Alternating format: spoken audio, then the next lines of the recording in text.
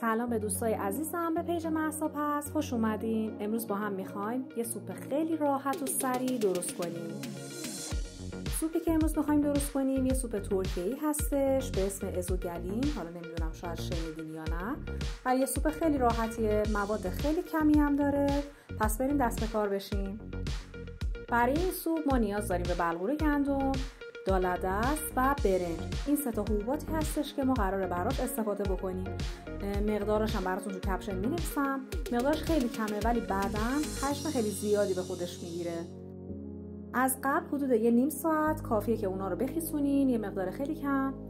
بعد تو این فاصله داخل قابلمه‌تون مقداری پیاز بریزین. حالا من پیاز داغ داشتم آماده، شما اگه نداشتین میتونی یه پیاز رو بذاری قشنگ سرخ بشه، بهش نمک، فلفل زردچوبه و زنجبیل اضافه کنین و بهش یه حبه سیرم من رنده کردم اضافه کردم. اینها رو اجازه میدیم با هم خوب تفت بخورن و بعد میریم برای اضافه کردن حبوباتمون. این سوپ مقداری که من ریختم حدود 3-4 قاشق از دالدست، 3-4 قاشق برنج و 3-4 قاشق بلغور بودش که تقریبا مقدار مساوی ریختم. برنجمون هم تقریبا میشه بگم که نصف پیمونه. اینها رو که ریختم وقتی گذاشتم مثلا خیس خورد و بعد گذاشتم کمی پخت، حجمشون چند برابر شد. یعنی اگه نگران هستید که اولش فکر میکنید که حبوباتتون شاید کمه، ولی اصلا اینطوری نیست. قشنگ یه قابلمه خیلی بزرگ بهتون سوپ میده. پس اگه دوست دارید که این سوپ رو تستش کنین، بهتره که مقدار موادتون رو خیلی کمتر بگیرین که یه مقدار کم براتون درست بشه. اگه خوشتون اومد میتونین دوباره بعدها اونو درستش کنین. بعد این سوپ کاملا یه سوپ حالت پوتاژ هستش، میکس شده. حالا آخرش شما اگه دوست داشتین میتونین میکسش هم نکنین. من ادویه‌ای که برای این سوپ استفاده کردم مقداری فلفل سیاه و نمک هستش بازم و مقداری پودر پول بیبر.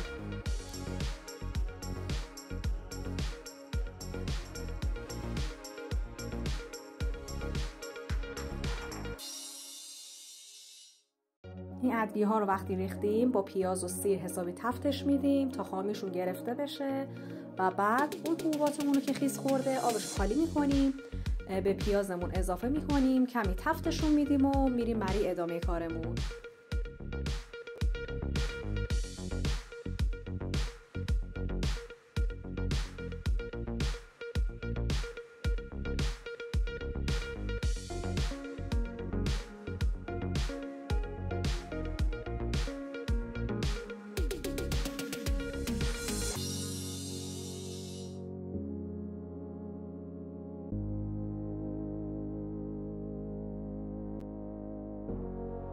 بعد از اینکه کمی تفت خوردن موقع اضافه کردن آب هستش که بهش آب گرم اضافه میکنیم حدود 3 لیوان و بعد درش رو میذاریم و اجازه میدیم کمی بپزه.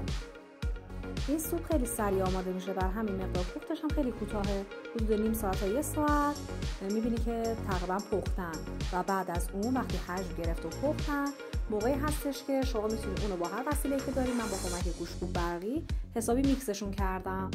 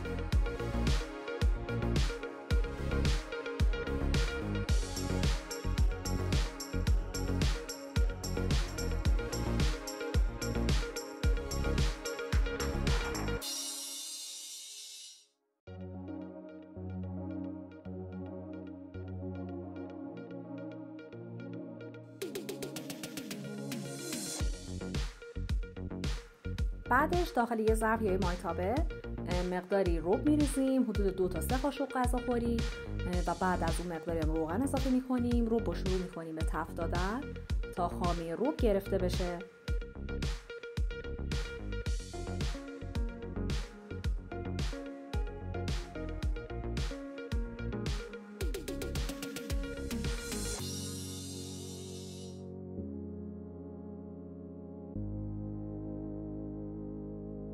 کمی که تف خورد موقع اضافه کردن نعنا هستش که میتونیم بهش 2 قاشق هم نعنا اضافه کنین، باز با هم دیگه تفتش بدین و بعد میتونین 1 لیوان آب به این مواد اضافه کنین و اجازه بدین تا یه کمی خوش رنگ بشه، رنگش باز بشه. برای این سوپ اگه آب مرغ هم داشتین میتونین اضافه کنین.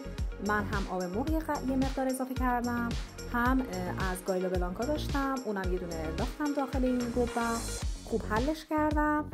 وقتی هم که گذشت این موادمون رو به سوپ باید اضافه کنیم.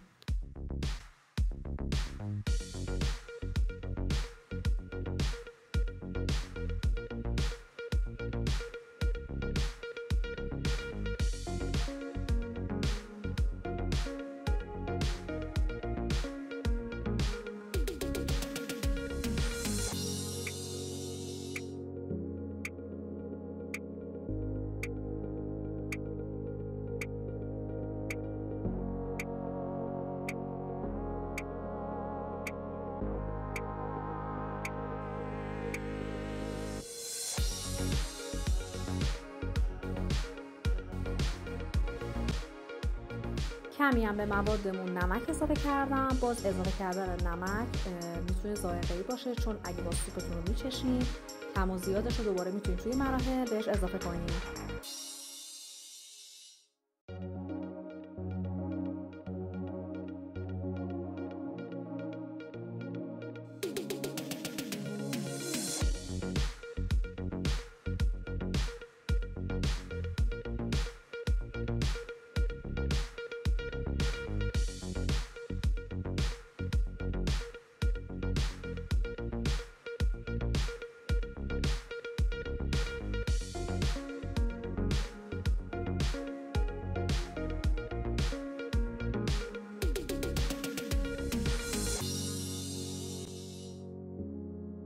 مواد روبیمون رو بهش اضافه میکنیم، اجازه میدیم برای چند دقیقه دیگه هم بمونه با هم دیگه و بعدش دیگه سوپتون آماده است.